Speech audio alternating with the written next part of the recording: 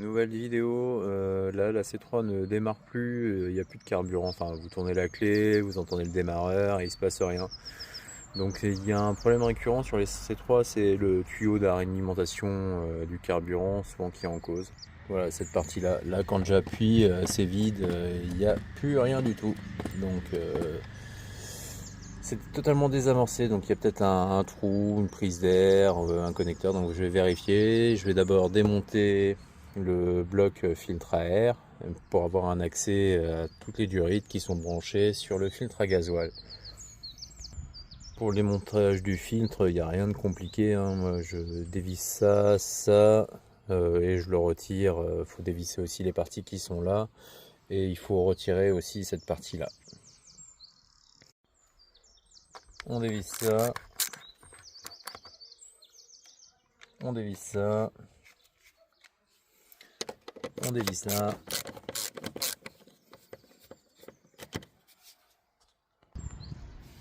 Et on dévisse ici.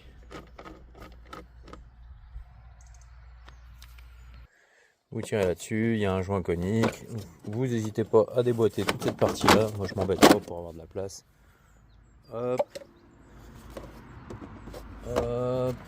Vous verrez, vous avez le tuyau, un tuyau d'air qui passe derrière. Il faut arriver à le déclipser derrière. Après lui, pour le sortir, pour gagner un peu d'espace, je retire toujours le bouchon. On gagne un tout petit peu, mais ça aide. Hop. Et là, il va falloir incliner, mais ça, on arrive à le sortir. Vous voyez. Hop. Et là, c'est bon. Maintenant, on a accès à notre durite. Il n'y a plus qu'à rechercher les éventuels trous.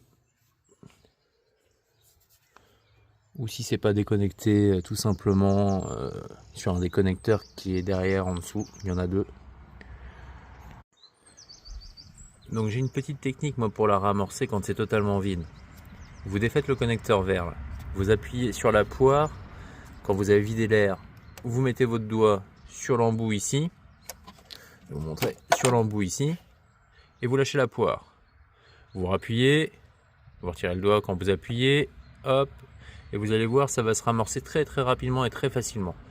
Donc là, on peut regarder. J'ai réussi à la réamorcer. Ok.